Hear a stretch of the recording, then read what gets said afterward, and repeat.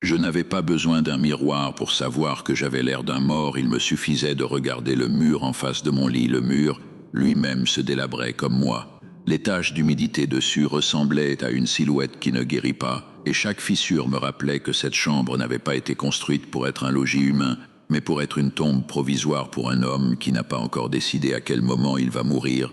Je suis cet homme, ma chambre n'est pas une chambre, c'est une cellule bâtie à la hâte dans un vieux bâtiment pétersbourgeois. Un plafond incliné qui s'abaisse sur ma tête comme s'il voulait écraser mon crâne, une fenêtre étroite avec la paresse d'un œil malade et un parquet en bois qui gémit à chaque pas que je fais. La maison elle-même protestait contre mon séjour en elle. Dans ce coin, un lit effilé sur lequel se trouve un matelas qui ressemble à une carcasse de paille. Dans le coin d'en face, une petite table sur laquelle traînent quelques papiers éparpillés et une bouteille d'encre à moitié séchée, comme si elle se moquait de moi. Tu te prends donc pour un écrivain, Raskolnikov, alors que tu ne possèdes même pas le prix d'un repas. Même mon nom devenait lourd sur ma langue. Raskolnikov, il y a quelque chose dans ce nom qui me rappelle la division, la fente, la séparation d'avec le monde. Peut-être est-ce pour cela que je sens toujours qu'il y a un fossé invisible entre moi et les autres, un fossé fait d'orgueil et de pauvreté à la fois, un mélange qu'un esprit sain ne peut supporter. Je suis pauvre, oui, mais d'une pauvreté physique. Le pire n'est pas là. Le pire, c'est que je ne trouve pas de place pour ma pauvreté dans cette ville. Il y a des pauvres que le système accepte, qu'il autorise à être le bois de chauffage dans le poêle de la société, à travailler, à tomber malade, à mourir et tout reste en place. Moi, je suis une pauvreté en trop.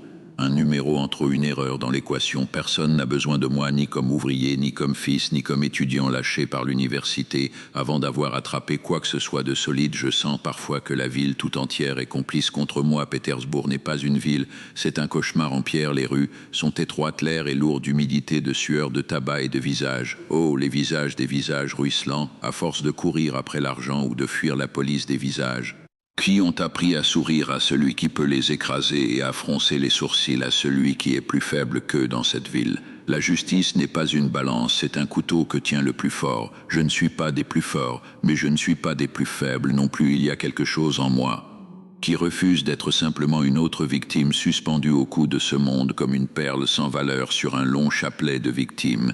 Quelque chose me murmure qu'il y a une autre voie, une voie du radical, à laquelle ne pense que celui à qui toutes les autres portes se sont fermées. Une idée qui marche dans la pièce avec moi, qui dort dans ma tête et qui se réveille avant même que je n'ouvre les yeux. Ce matin-là n'était pas très différent des autres, et pourtant tout y était suspect. Monde avait conspiré pour me coincer dans un angle étroit dont je ne ressortirais pas sans être taché par quelque chose de nouveau. Je me suis réveillé comme toujours, non pas d'un sommeil profond, mais d'une sorte de coma. J'avais faim, mon corps était léger d'une manière agaçante. Un peu de chair s'était infiltré de mes os pendant la nuit. Laissant un vide à sa place, mon estomac se tordait sur lui-même comme une main qui serre une autre main, et le mal de tête habituel pesait sur mes tempes. La chambre était chaude, ou peut-être que la fièvre dans mon sang faisait paraître tout chaud. Je n'étais pas sûr. Je me suis assis sur le bord du lit. Je regardais ma seule paire de chaussures jetée près de la porte. Elle était usée, sa peau tachée de boue ancienne, comme si elle se souvenait de chemins que j'avais parcourus en étant un autre. Je me souvenais des salles de cours de l'université, du visage du professeur, de l'odeur des livres neufs. Puis je me souvenais du moment où aller à l'université était devenu un luxe, qu'un homme incapable de trouver le prix du pain ne pouvait se permettre. Je ne sais pas à quel moment précis le savoir est passé d'être un chemin à devenir une moquerie. Je pensais, comme le pensent tous les jeunes gens naïfs, que la raison seule pouvait remettre le monde en ordre, rendre chaque chose à sa place, juste. Mais le monde n'aime pas les raisons faillies. Ici, dans cette chambre, j'ai réalisé que la philosophie a faim elle aussi, et qu'une idée qui ne trouve pas de pain se transforme lentement en quelque chose de plus dangereux, en une arme. Je me suis levé avec difficulté. Comme si le sol essayait de retenir mes pas de pas jusqu'à la table, j'ai repoussé les papiers, j'ai cherché une vieille lettre de ma mère. Je l'ai trouvé sous un livre déchiré sur les bords, un livre que je portais un jour avec fierté en marchant parmi les étudiants. Comme un morceau de mon avenir, il était devenu un simple poids mort sur la table. La lettre était ouverte. Je l'avais lue des dizaines de fois au point de connaître ses blancs, pas seulement ses mots dans cette lettre. Ma mère essayait de me rassurer, de me dire que tout allait s'arranger, que Dieu n'abandonne personne. Mais les mots, aussi sincères soient-ils, perdent leur force quand ils se heurtent au mur dur de la réalité. Elle parlait de ma sœur, de son travail, de l'homme qui voulait l'épouser, un homme assez riche pour acheter ce qui ne devrait pas être acheté. Chaque fois que j'y pensais, je ressentais qu'il y avait une insulte personnelle. en train d'être rédigé quelque part sans que je sois présent pour l'empêcher, ma sœur un morceau de pauvreté, payé comme un impôt pour ma survie, et moi incapable même de la colère de la bonne manière, ma colère ne trouve pas d'issue, alors elle se retourne en quelque chose d'autre, en quelque chose de plus froid et de plus dur. En une idée, j'ai remis la lettre à sa place. À quoi bon la relire encore? Le pain n'allait pas apparaître sur la table, et l'homme qui voulait le corps de ma sœur en échange de nous sauver de la faim n'allait pas disparaître. Le monde ne change pas par les larmes pleurées, n'est pas une monnaie courante. Ici, ce qui est respecté, c'est l'argent ou la force ou l'audace. Faire quelque chose que les autres n'osent pas, c'est précisément ici que l'idée a commencé à grandir dans ma tête. Et si l'homme qui a l'audace de briser la loi n'était pas un criminel, mais un autre genre d'être humain, et s'il existait des hommes créés pour lever le couteau? Au lieu d'attendre le couteau, l'histoire n'est-elle pas pleine de noms de ceux qui ont changé la face du monde, sans que personne ne leur demande combien de cadavres ils ont piétiné sur le chemin? Je savais que ce n'était pas une pensée passagère. Il y avait quelque chose de dangereux là-dedans. Quelque chose qui brille dans l'obscurité comme les yeux des animaux avant de s'élancer. J'ai eu peur de moi-même, puis j'ai eu honte de cette peur. Quel genre d'homme suis-je? Si j'ai peur même de ma propre idée, je me suis approché. La fenêtre étroite, je l'ai ouverte avec difficulté. L'air qui entra n'était pas pur, mais un mélange de l'odeur du fleuve pourri, de la fumée et de la sueur des gens. Et pourtant, il me parut être une sorte de petite liberté d'ici, de ce rectangle étroit de ciel gris. Je voyais un morceau de la rue, des têtes qui bougent, des charrettes, les cris d'un vendeur et une vieille femme qui monte l'escalier dans la maison d'en face portant un petit panier d'une main tremblante. Une vieille femme, un panier, une main tremblante, l'image s'installa dans mon esprit de façon troublante. Il y avait quelque chose dans ces pas lents sur l'escalier qui éveillait en moi une répulsion obscure. Je me suis soudain souvenu de ce qu'on m'avait dit un jour à propos d'une autre femme dans un autre quartier, une vieille femme cruelle qui escroquait les pauvres, leur accordait de petits prêts contre des gages, puis les suçait goutte à goutte des gens comme elles vivent sur les marges de la ville, sur les marges de la morale, sur les marges de la loi. Mais personne ne les touche parce qu'ils se cachent derrière des papiers officiels des sceaux. Et le droit de propriété, s'il y a des parasites qui vivent sur nos corps, pourquoi ne serait-il pas juste d'en écraser quelques-uns de temps en temps? N'est-ce pas une forme de purification, le crime? N'est-il parfois une opération chirurgicale très tardive mais nécessaire ici à ce moment-là? J'ai senti que l'idée n'était plus un passant de passage, mais un nouvel habitant de ma tête. L'affaire n'était plus une simple spéculation sur l'injustice du monde, mais une question précise. Qu'est-ce qui m'empêche, moi spécifiquement, d'être ce chirurgien? Mes mains ont tremblé un peu, je ne sais pas si c'était de la maladie ou de l'agitation ou des deux. À la fois j'ai fermé la fenêtre et je suis retourné au milieu de la chambre. Je regardais autour de moi comme si je la voyais pour la première fois, la chambre étroite. Oui, mais c'est aussi un endroit excellent pour penser à des choses auxquelles on ne devrait pas penser. Le monde entier est dehors derrière la porte. Mais ici les lois sont moins présentes. Ici je peux nommer les choses par leur nom sans que personne m'entende.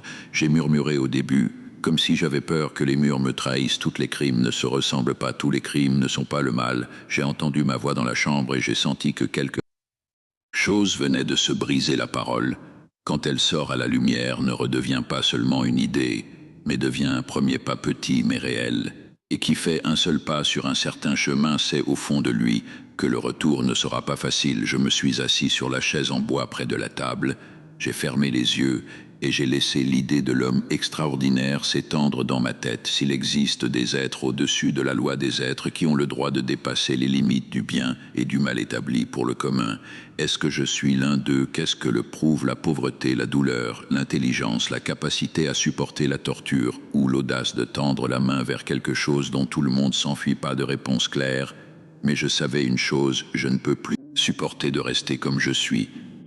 Il y a un point où l'homme arrive au bord de quelque chose, un bord dont on ne peut plus faire un seul pas en avant sans se transformer. Soit on retourne en arrière et on accepte d'être un du troupeau, soit on saute en avant dans une zone sans garantie, et je ne voyais plus le chemin du retour. À ce moment-là, un bruit de pas sur l'escalier dans la maison et un cri étouffé d'une femme appelant quelqu'un en bas. Le monde est revenu avec tout son poids.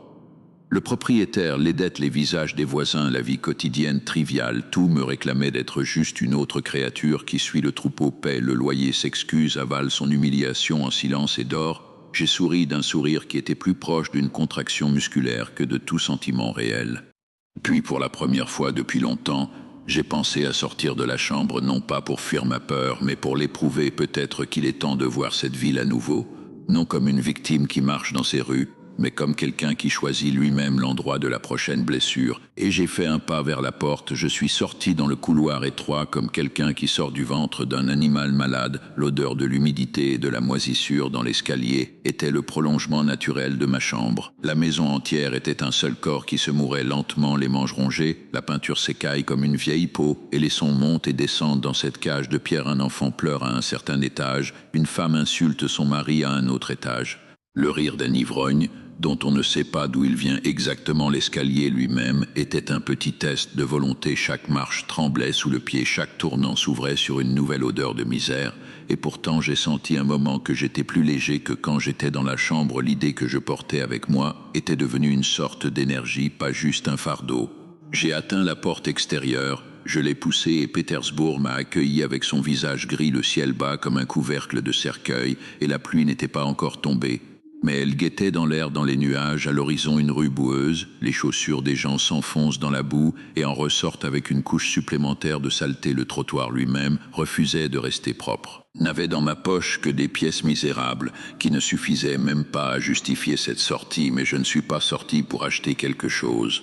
Je suis sorti pour éprouver quelque chose à l'intérieur, pour voir si je pouvais voir le monde avec un autre œil que l'œil de la victime. J'ai marché lentement, je regardais les visages, rien n'avait changé, les mêmes vieilles qui traînent leurs pas, les mêmes ouvriers qui portent sur leur dos des poids qui ne sont pas les leurs, les mêmes filles qui baissent la tête comme si elles étaient coupables juste parce qu'elles sont belles. La ville s'est répétée 1000 fois, la seule nouveauté c'était mon regard. Je marchais sans but précis, mais mes pieds connaissaient le chemin mieux que ma conscience. Quelque part derrière cette rue, puis celle-là, à une maison précise, un appartement précis, une femme précise, une vieille femme cruelle, dont le nom résonnait entre les pauvres comme une insulte d'un genre spécial.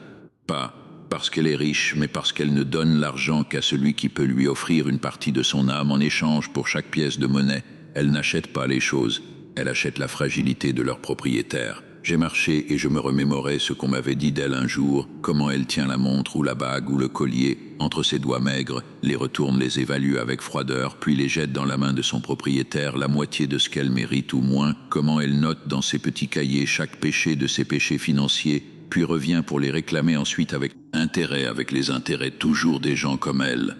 On ne leur donne à personne le titre de criminel, la loi les aime, les protège, reconnaît leur droit à la propriété. Tandis que ceux qui sont enterrés sous les dettes sont ceux qui sont écrasés lentement, et on ne leur écrit à la fin qu'un seul mot: pauvre, et la pauvreté elle-même était un crime méritant une punition. Quelle est la différence entre un coup de hachette qui coupe cette source d'injustice et des milliers de coups invisibles qu'elle inflige chaque jour sur la tête des gens? Lequel est le plus violent en vérité, le sang qui est versé d'un coup ou le sang qui est drainé goutte à goutte jusqu'à ce qu'il ne reste rien à son propriétaire? Quand je me suis trouvé devant la porte de l'immeuble où elle habitait, je n'ai pas été très surpris, c'était la ville qui m'avait porté sur ses épaules jusqu'ici. J'ai regardé la vieille porte en bois, la rambarde pourrie, l'escalier qui ressemble à toutes les corbeilles de la pauvreté, étroit, sombre, très incliné, comme s'il ne permet de monter qu'à celui qui connaît le sens de la descente. J'ai monté une marche, puis une deuxième, puis une troisième. Chaque pas frappait à une porte à l'intérieur de moi, une porte entre moi et quelque chose qui n'a pas encore de nom.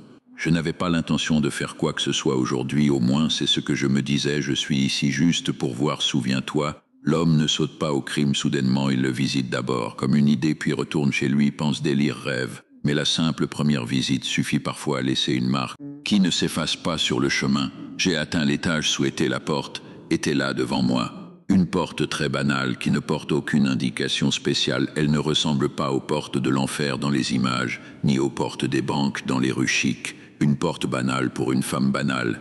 Et c'est ce qui la rend plus nauséabonde, que le mal puisse être si modeste dans son apparence à ce point. J'ai levé ma main, j'ai frappé de petits coups. Après un moment, j'ai entendu un râle, un mouvement. Derrière la porte, le son de petits pas, puis le grincement du verrou. La porte s'est ouverte d'un empan, et un œil est apparu d'abord comme la fois précédente. Un œil étroit, prudent, qui scrute mon visage comme si j'étais une probabilité de danger ou de profit, ni plus ni moins. Sa voix était aiguë, sèche, comme quelqu'un qui a l'habitude de couper les mots comme elle coupe l'argent en deux. Elle s'est souvenue de mon nom avec une hésitation calculée. J'ai dit que j'étais venu pour engager quelque chose de simple. La porte s'est ouverte davantage, et la vieille femme est apparue complète. Cette fois petite penchait légèrement son visage comme le visage d'une vieille rate qui a vécu plus qu'il ne fallait, ses yeux étroits, mais aigus, ses lèvres serrées, comme si elle retenait entre elles les restes d'un mot que Dieu n'a pas encore dit. Elle m'a invité à entrer d'un geste bref. Il n'y avait rien dans l'appartement qui provoque l'étonnement, peu de meubles, un air étouffant avec une odeur de vieille moisissure des murs jaunes, tirant vers la couleur de l'argent vieilli dans la pièce principale, une table, sur laquelle se trouve un cahier, des papiers et quelques petites choses qui n'ont pas de valeur en elles-mêmes, mais qui portent en elles beaucoup d'histoires, de fractures et de nécessités. J'ai sorti de ma poche quelque chose que je gardais depuis longtemps, quelque chose que je ne possède pas vraiment autant qu'il me possède, une vieille montre héritée de mon père. Elle avait refermé son visage devant moi avant même que je pense à m'en séparer, mais elle était maintenant dans ma paume comme si je portais le dernier lien entre moi et une vie que je n'ai jamais vécue. La vieille femme a pris la montre de ma main lentement avec calcul comme si elle touchait un serpent mort. Elle a mis ses lunettes, les a approchées de ses yeux, l'a retournée tapoter du bout des doigts, puis son visage a pris une expression pensive. Je connaissais cette mise en scène. Je l'avais entendu dire souvent, tout dans ses mouvements disait qu'elle calculait avec précision combien elle pouvait m'arracher sans me faire fuir. Ce n'est rien, a-t-elle dit, enfin le marché est plein de choses comme ça.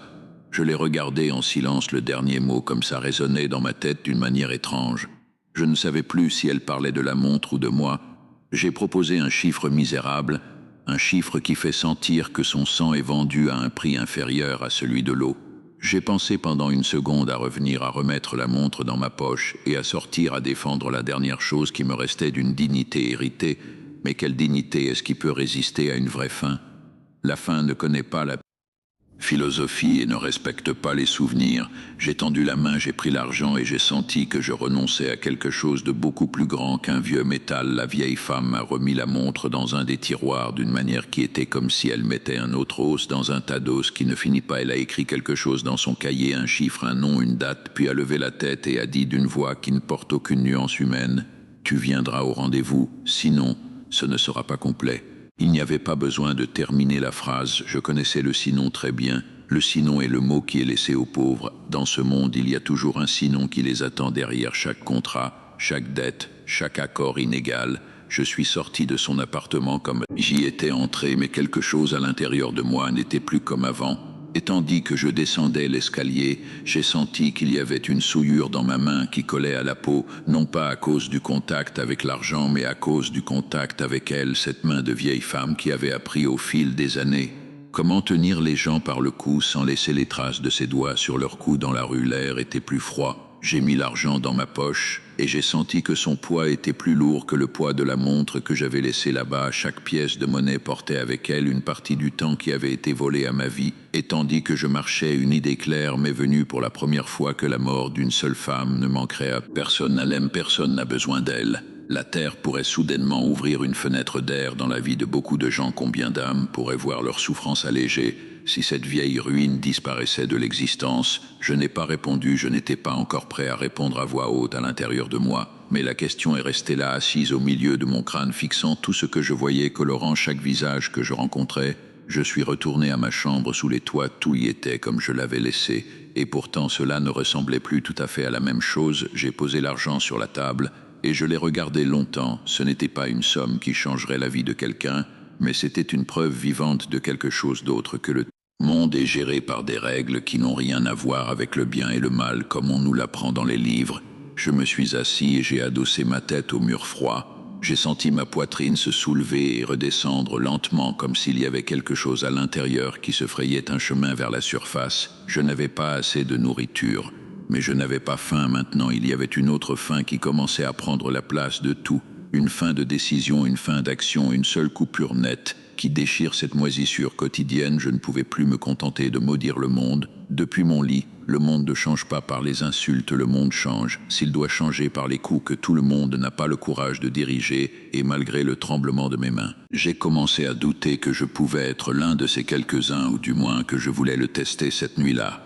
Je n'ai pas dormi, mais je n'ai pas non plus veillé. J'étais coincé dans cette zone grise entre l'éveil et l'hallucination, où les pensées se transforment en images nettes comme une petite réalité à l'intérieur du crâne. Chaque fois que je fermais les yeux, Je voyais le panier de la vieille femme, sa main tremblante, l'escalier étroit qui mène à son appartement et la montre qui n'était plus mienne. Il y a certains coups que l'âme reçoit après lesquels elle ne revient pas comme avant, un coup qui ne vient pas seulement de l'extérieur, mais aussi de l'intérieur de cette partie qui signe le crime avant qu'il n'arrive et lui prépare une place dans la conscience, puis s'assoit à côté en feignant l'indignation. Malgré cela, je n'avais encore rien décidé, j'avais encore besoin d'un dernier prétexte, d'une petite poussée qui me ferait passer du bord de la pensée à l'action. L'homme même, quand il rêve de tuer, aime trouver pour lui-même une forme de justification. Personne ne tue en se disant à lui-même « je suis un diable pur ». Même les grands bourreaux se cachent derrière de grands mots: justice, purification, nécessité, histoire. Le matin, ma tête était plus lourde que mon corps, l'air dans la chambre était devenu étouffant d'une manière insupportable. Je sentais que les murs se rapprochaient les uns des autres, que le plafond descendait, que les lettres que j'avais écrites un jour sur les papiers éparpillés sur la table étaient devenues toutes sottes, incapables de servir qu'à emballer des marchandises au marché. Il faut que je sorte, je me suis dit, si je reste dans cette chambre plus longtemps, je commettrai un crime dans ma tête seulement. Puis je mourrais de la fièvre avant que la hachette n'atteigne aucune nuque. J'ai mis mes vêtements lentement, chaque pièce me rappelait un échec particulier: le manteau usé qui avait été neuf un jour, la chemise qui avait jauni d'un usage trop long, le pantalon qui porte plus les traces du chemin que les traits de vêtements humains. J'ai mis le chapeau et je suis descendu dans la rue. Le jour était pâle, comme s'il avait été repassé à la hâte avec des fers froids. La lumière ne réchauffe pas, mais elle révèle tout sans pitié les visages des gens. Le jour sont plus clairs, moins miséricordieux que la nuit. La nuit, on peut se cacher dans les ombres, mais jour, il n'y a de refuge qu'à baisser la tête et faire semblant de ne plus rien voir. Je ne savais pas où aller exactement. Quand un homme n'a pas de vraie maison, la ville entière devient une sorte de labyrinthe. Et pourtant, il y a certains lieux qui attirent les perdus, des lieux où l'homme va non pas pour trouver des solutions, mais pour se noyer davantage dans le sentiment qu'il n'y a pas de solution. L'un de ces lieux est le taverna. Je suis entré, l'air à l'intérieur était plus épais que l'air dans la rue, un mélange d'odeurs d'alcool bon marché, de fumée et de sueur, et d'un genre spécial d'odeur qui ne se forme que là où les pauvres s'assoient longtemps sur les mêmes bancs, versent des versions légères d'eux-mêmes dans les verres, puis les boivent. Le lieu n'était pas bondé, et pourtant il assez bruyant, des sons entrecoupés, des rires cassés, des mots épars sur le travail, sur la politique, sur les femmes, sur les prix, des mêmes choses dont tout le monde parle quand ils n'ont rien de vrai à dire sur leur vie. Je me suis assis dans un coin à moitié sombre, j'ai demandé un verre de quelque chose dont je me fichais du nom.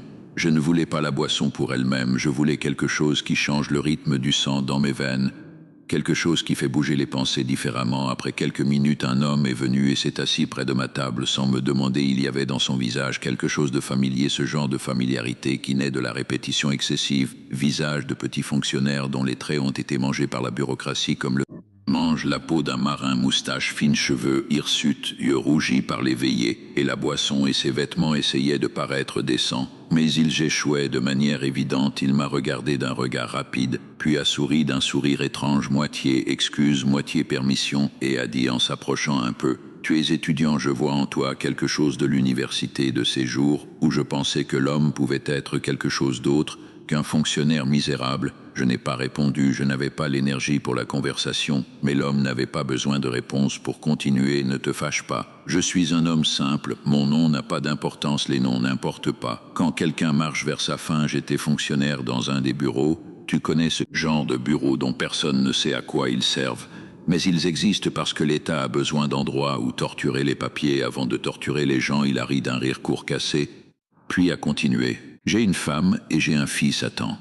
Je vais te raconter l'histoire comme elle est, parce que je n'ai trouvé jusqu'à maintenant aucune oreille qui ait la patience de l'écouter jusqu'à la fin. Peut-être parce que les gens ont peur de la ressemblance, peur de se voir dans le miroir d'un homme qui est tombé avant eux d'un pas ou de deux. Il a commencé à parler, et à parler, et à parler. Les mots de l'homme sortaient comme un fleuve qui brisait un vieux barrage. Il a parlé de sa femme qui le déteste et vit avec lui parce qu'elle ne trouve pas d'alternative moins misérable des enfants.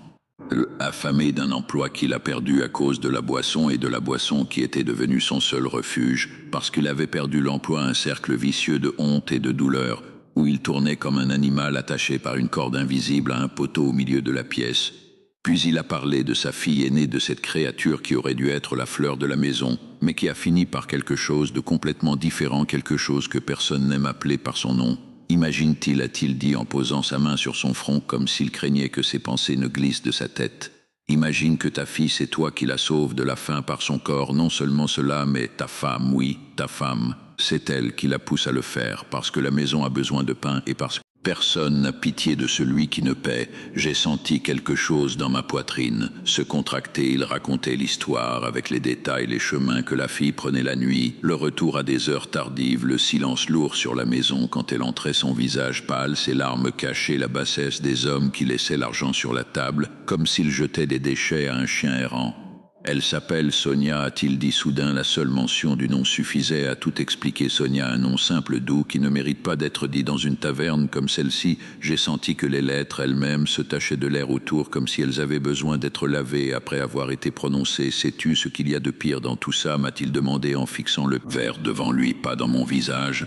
Le pire n'est pas que nous prenons son argent, ni que les voisins murmurent, ni que la police sait et ferme les yeux. Le pire, c'est qu'il y a quelque part dans une couche quelconque des couches de cette société, dans un bureau propre, un homme qui inscrit cette histoire dans ses registres sous le titre Arrangement naturel pour la vie des classes inférieures. Il a bu une grande gorgée, puis a éclaté d'un rire qui ressemblait à des pleurs naturels, que ma fille se vende naturel, que ma femme perde la raison naturelle, que je perde mon emploi naturel, que nous buvions, que nous crions, que nous soyons humiliés. La seule chose non naturelle, c'est que nous ressentions la colère. La colère est la seule chose que ne nous permet pas de faire si les pauvres se mettaient en colère. Sais-tu ce qui arriverait si les pauvres se mettaient vraiment en colère?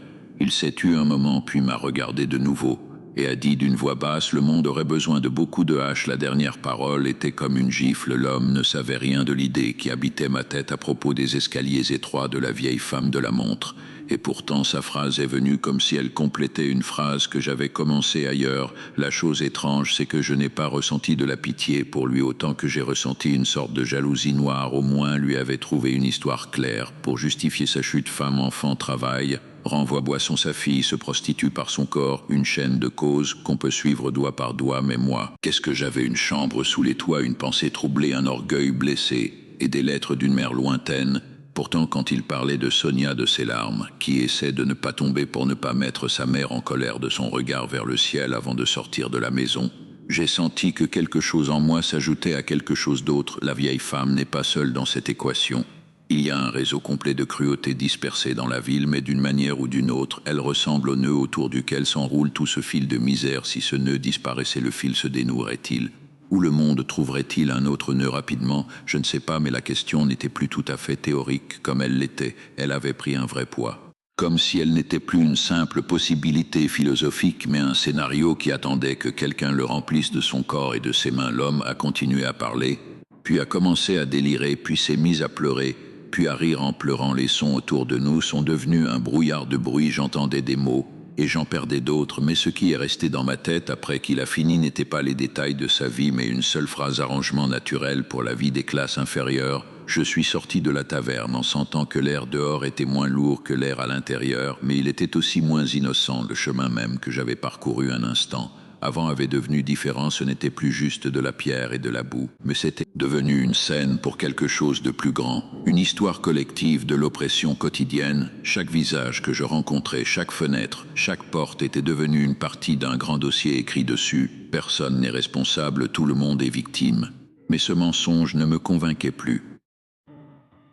Il y a toujours un responsable, même si son nom n'apparaît pas dans les registres. La question qui tournait dans ma tête, dans la chambre, parlait maintenant à voix haute sous le ciel gris. Si le monde est bâti sur une injustice organisée, est-ce que ce serait vraiment le mal que de tuer l'un de ses piliers? Je n'ai pas répondu, mais cette fois je n'ai pas fui la question. Je l'ai laissé marcher à côté de moi comme un jumeau illégitime, tandis que je retournais à ma chambre, et je comprenais. Chose avec une clarté effrayante, que chaque chemin que je prenais, chaque personne que je rencontrais, chaque histoire que j'entendais ne faisait rien d'autre que me ramener au même point, à la même porte en bois, au même escalier étroit, et à une seule vieille femme qui pèse la vie des gens avec des doigts tremblants, qui ne connaît que le calcul.